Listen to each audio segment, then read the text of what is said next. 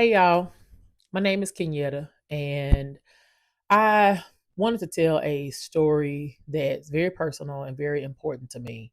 Anybody who knows me knows that I don't really do the whole in front of the camera thing or the standing up in front of people talking thing. I will talk you to death, face to face, one on one, intimate personal conversation, but not this.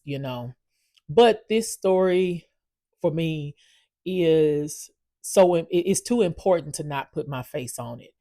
And so what I'm kind of it is a running title, but I'm kind of running with surviving kindergarten, navigating the school system to accommodate the diverse needs of a brown boy. Let's call it that. Surviving kindergarten. So like I said, I may not have said it already, but I'm 42 and my son is 5. And so this is his first year in school. And when he started school, I knew that I felt that there was some things going on with him, but it's just some things you have to smoke out in certain environments. And with him being my only child, it's just me and him. And there's so much distance between him, his older brother, his older siblings, that he just doesn't get exposure to many small children. He did go to daycare, but he went to the same daycare from 3.5 months old until the first day of kindergarten. So, just a little bit more background information on this. So like I said, it's just me and him at home, but I don't consider myself a single parent. Um, I have great support system, and that includes a wonderful co-parenting relationship. So I feel like it's important to mention that, because when you're trying to understand certain things about kids, you have to consider the environments that they're in. And so when I have a 5-year-old child who hasn't experienced, much by way of drama or, confusion, or, like being brushed off because my personal needs or my personal desires, kind of supersede um me taking care of my responsibilities as a parent. Like, that's not a thing that he was exposed to. He has two very loving parents who are committed. I'm about to make up a word, huh? Who are committed to making sure that he has what he needs, and committed to growing through who we are, because none of us are perfect. None of us were raised by perfect people, but you just hope that each generation does something differently. And one of the things that I hope that, our generation and the other generations would do differently is, when it comes to relationship dynamics, like, put your kids first. And even if that means that you don't, um, you don't get to have the relationships that you want or that you wanted. The kids didn't ask to be here, so their needs are priority, and that's how he's treated.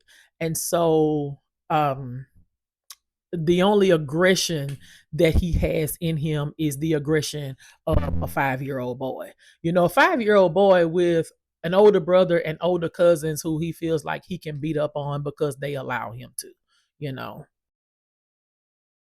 So another piece of information that I, just want everybody to know, just so you kind of keep in the back of your head, is that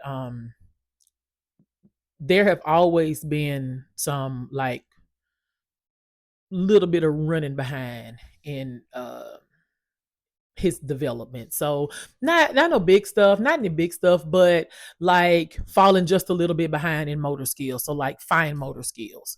So, like, the picking up picking up something and putting it in a bucket, or that kind of stuff. Like, we ran a little behind on those things, to the doctor became concerned somewhere around 12 to right around 14 months, to, like, to have him see the developmental specialist at the pediatrician's office. But if it's like any indication of my kid's personality, it was like, we go into the developmental specialist and he's doing everything they ask him to do. So it's kind of like he would run a little behind, then he would run far ahead. But the one thing that he did not do that with was speech. So he did not say his first words until he was 3.5 years old. But then when he started saying his first words, he started trying to talk in whole sentences. I didn't understand him, but he took it and he ran with it. So we did a lot of speech therapy between 18 months and almost 4.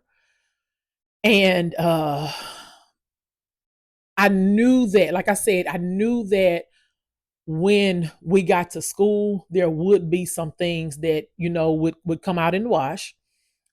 But because of that, I did not feel comfortable sending him to pre-K, because in Louisiana, you can send your kids to pre-K at the age of 4. I didn't feel comfortable sending him to pre-K. We didn't go to pre-K. Technically, you don't have to go to school in Louisiana until the kids are 6. And my grandmother felt like kindergarten made kids bad, but that's because like her first 7 kids did not go to kindergarten, and then the rest of them did. So maybe the younger ones were bad. I don't know. But she felt like kindergarten made kids bad.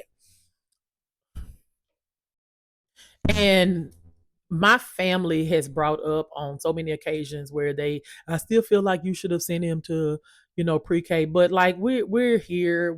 I mean, that's no longer here nor there, and I still don't regret the decision, because for what we went through or what we have gone through at the beginning of school, I would not have been able to handle that along with the child who I did not understand. And I think that was the most important thing that I tried to get people to understand. And I'm growing out of that. Like, people don't always have to understand. Sometimes when you know, you know. And so I didn't understand him. I would have to ask him to repeat things 3 or 4 times. And then once he repeated them, then once I think I understand what you're saying, then I'd repeat it back to him like, did you mean this? Well, why would I want to send my child who I don't understand? And I don't have to send him to school, and I have the money to send him to daycare with people who I trust.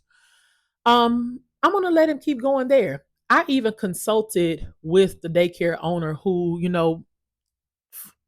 we'll tie it in later, but looks a lot like me. She looks like she could be my mama, tall and, you know, um, the voluptuous woman like we both are. And we I asked her, I said, do you think he's ready for school? And she looked at me, she said, no, ma'am.